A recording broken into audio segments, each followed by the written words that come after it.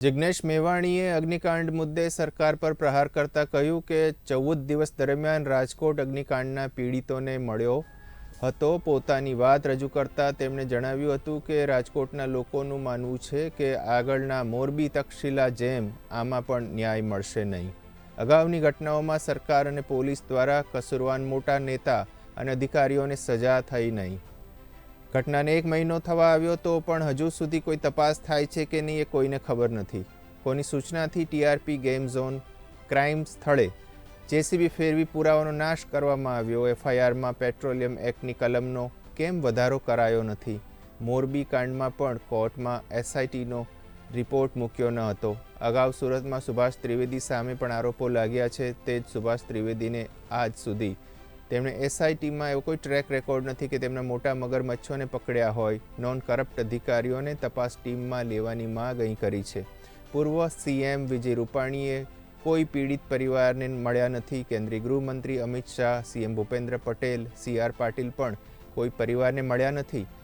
પીડિતોને 1 કરોડનું વળતર અને ફાસ્ટ ટ્રેક કોર્ટમાં કેસ ચલાવવો જોઈએ। જો માંગ નહીં સ્વીકારે તો 25 તારીખે રાજકોટ બંધનું એલાન આપવામાં આવ્યું હતું।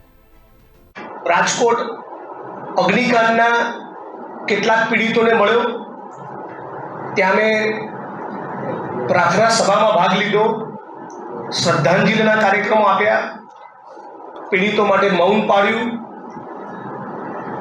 પત્રિકા વિતરણ કરી, લોક સંપર્ક કર્યો, અનેક મીડિયાના મિત્રો, પત્રકાર મિત્રો સાથે આ ઘટના બાબતે વાત કરી, કેટલાક અગ્રણી નાગરિકોને, બુદ્ધિજીવીઓને મળ્યા।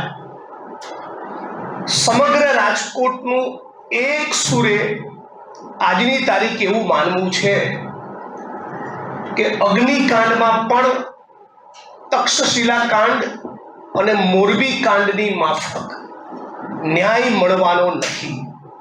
આખું રાજકોટ એ એક સુરે આવું કહી રહ્યું છે।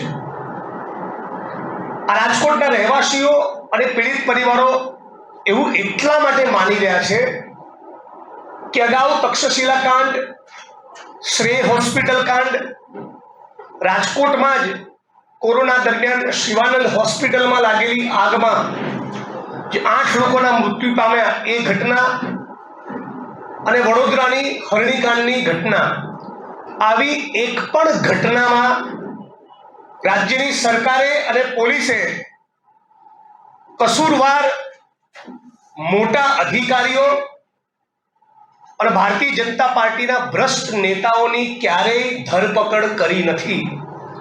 અને એના કારણે આજે રાજકોટ શહેરમાં અને પીડિત પરિવારોમાં એવી લાગણી પ્રવર્તે છે કે આ કિસ્સામાં પણ એમને કોઈ પણ સંજોગોમાં ન્યાય મળવાનો નથી।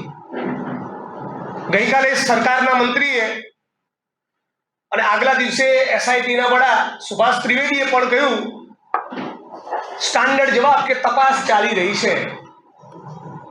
ઘટના બન્યાને થોડાક દિવસમાં 1 મહિનો થવા આવશે, એ છતાં આ તપાસ ટીમો શું કરી રહી છે એનાથી સમગ્ર ગુજરાતની જનતા એક પ્રકારે અજાણ છે। આ આખા અગ્નિકાંડની ઘટનામાં પત્રકારત્વ અને પત્રકાર જગતના જે સાથીઓ એણે જે એની કરોડરજ્જુ ભાંગી નથી ગઈ એવો આખા ગુજરાતને અહેસાસ કરાયો એ બદલ પત્રકાર મિત્રોનો દિલથી આભાર માનું છું।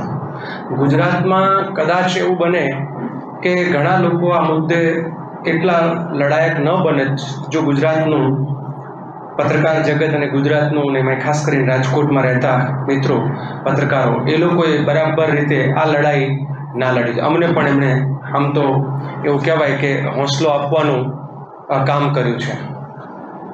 અમારા કરતાં વધારે વેધક સવાલો રાજકોટના મીડિયાના સાથીઓએ પૂછ્યા છે। એ આક્રમક હતા અને એમની આક્રમકતા જોઈને હું ને જિગ્નેશભાઈ પહેલી વખત પત્રકારો દ્વારા રખાયેલી શ્રદ્ધાંજલિ સભામાં ગયા અને એ શ્રદ્ધાંજલિ સભામાં ગયા પછી પરિવારોને મળ્યા અને એમના આંસુ, એમનું દુઃખ દર્દ જોઈને અમે કશું જ લીધા વગર અહીંથી ગયા હતા 30 તારીખે 30 મેના રોજ, અને પછી નક્કી કર્યું કે હવે અહીંયા જ રોકાઈ જઈએ અને આખી એક મોહિમ અહીંયા શરૂ થાય।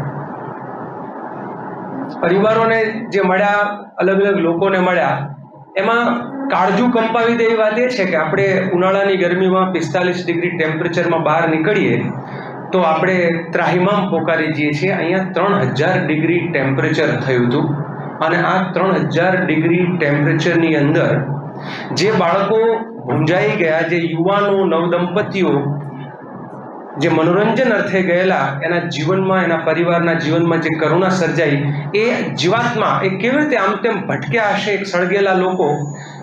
કમનસીબીની વાત એ હતી, આગ ક્યાંક નાની મોટી લાગે તો બહાર નીકળવાનો રસ્તો હોય. આ આખા એક ગેમ્સ ઝોનમાં ક્યાંય બહાર નીકળવાનો રસ્તો જ નહોતો. એક એન્ટ્રી ને એન્ટ્રી પછી બધું જ લોખંડ અને પતરાની ફ્રેમના કારણે એ નીકળી જ ન શકે.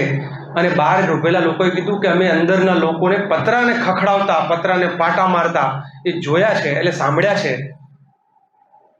કોઈ રીતે ત્યાં અંદર જે વ્યક્તિ હતા એક પણ બહાર જીવતો ન નીકળી શક્યો.